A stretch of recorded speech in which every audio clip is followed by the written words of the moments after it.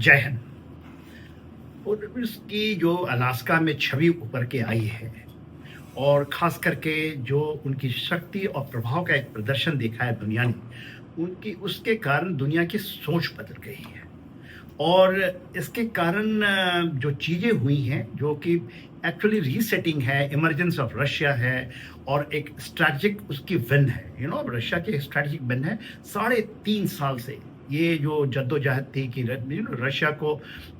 To contain Russia, to make sure कि Russia emerge out नहीं करे, जो इतना वीक हो जाए कि वो दुनिया की शक्तियों में नहीं गिरे। तो एक बहुत बड़ी स्ट्रैटेजी अलास्का में जो हुई है वो रशिया की और पुतिन के अंदर में एक है, और उसके लिए 20 साल का से भी ज़्यादा का अरसा उनको लगा, और मेरे ख्याल से 25 साल का अरसा लगा, जिसमें कि इमरजेंस है। 1991 में रशिया को जिस तरह से तोड़ा गया, जो यूएसएसआर को, और उसके बाद लगातार वो जो पिछली सदी की जो लास्ट दशक थी वहाँ से शुरू हुई थी, और इस दशक के लगातार उसको किया गया, और यूक्रेन को फ्रंटलाइन स्टेट बना करके, और ख़ास करके अमेरिका और जो उसके नेटो अलाइज हैं, द वेस्टर्न्स हैं, वो उन्होंने एक जो रणनीति बनाई थी कि रशिया को इससे फ्रंटलाइन स्टेट बना करके उसको तोड़ा जाए, उसकी शक्ति को कम किया जाए, और उसके जो दबदबे हैं, जो उसका एरिया ऑफ इंटरेस्ट है, एरिया इन्फ्लुएंस है, not only the trans Atlantic area, not only in West Asia, और ये जो आर्टिक रीजन में, तो कुछ तो कर पाए हैं। देखिए, नेटो का तो विस्तार हो ही चुका है, 29 से 31 पहुंच गए हैं, और जो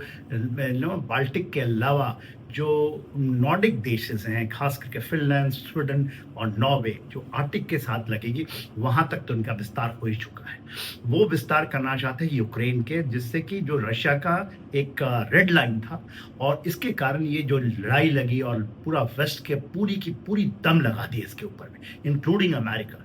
पैसे से, सामरिक तरीके से, इंटेलिजेंस के तरीके, मगर जो उसकी रिटेनिंग पावर है, जो स्टॉपिंग पावर है, और जो उसकी ऑफेंसिव कैपेबिलिटी है, और जो उसकी रणनीति रही है, धीरे धीरे धीरे करके उन्होंने अपनी दबदबे को 3.5 साल में, अब तो now it is a matter. देखिए, सारे लोग कहते हैं, मेरा भी ये आकलन है, हम लोग कहते हैं कि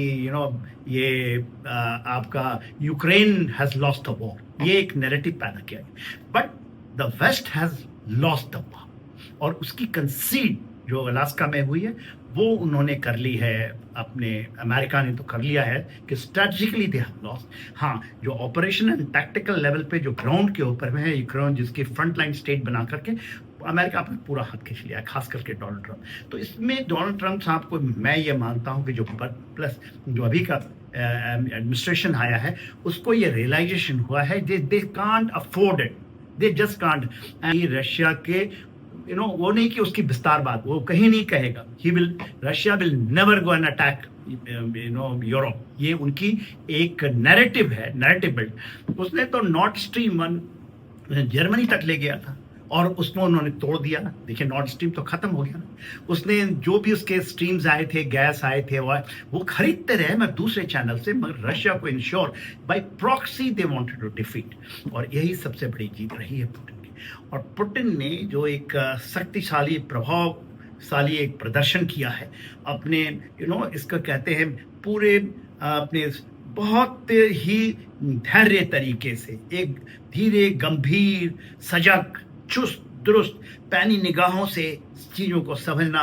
और आत्मसम्मान, आत्मनिर्भर, देश प्रेम, जो अडिग है उन लोगों का। और विपरीत परिस्थितियों में 3.5 साल में बहुत सारी ऐसी परिस्थितियां आई, उनमें विचलित नहीं होकर के आप उससे जब इमर्ज आउट होते हैं, तब आप देखेंगे कि आप एक इमर्जिंग पावर हैं। और आज तो इस्टेब्लिश हो गया, खास करके 15 अगस्त को, कि चीज़ें वही होंगी जो रशिया ने कहा, क्योंकि इसके पहले तो कुछ नहीं मानते थे। रशिया ने लास्ट ट्राई किया था 2021 में, जो अमेरिका को समझाने की चेष्टा की थी कि we do not want war, आप हमारे सिक्योरिटी कंसर्न को, आप नेटो का विस्तार इधर नहीं कीजिए, मगर तो वेस्ट तो पूरा, इसमें पूरा अमेरिका था। अमेरिका ने ही स्ट्रेटेजिक तरीके से एंड ऑपरेशनल तरीके से जमीन के ऊपर में इसको कंटेन करने के लिए, और आर्टिक रीजन में कि जिस तरह से उसका हो रहा है इंडो पैसिफिक में, उसको कंटेन करने के लिए ये चीज़ें की थी। मगर एक बहुत अच्छी स्टेटमेंटशिप होती है, जो खास करके ट्रम्प के बारे में बहुत सारी बातें होती हैं। अमेरिका के बीच से भी बहुत बार सारी चीज़ें आ रही हैं, खुल के उनको अच्छा नहीं मानते। उन्होंने कहा यू लॉस्ट इट, बट जो पेंटागन है, जो आज के दिन में जो समझता है, जो इसको करने दे रहा है, वो बहुत बहुत इम्पोर्टेंट है।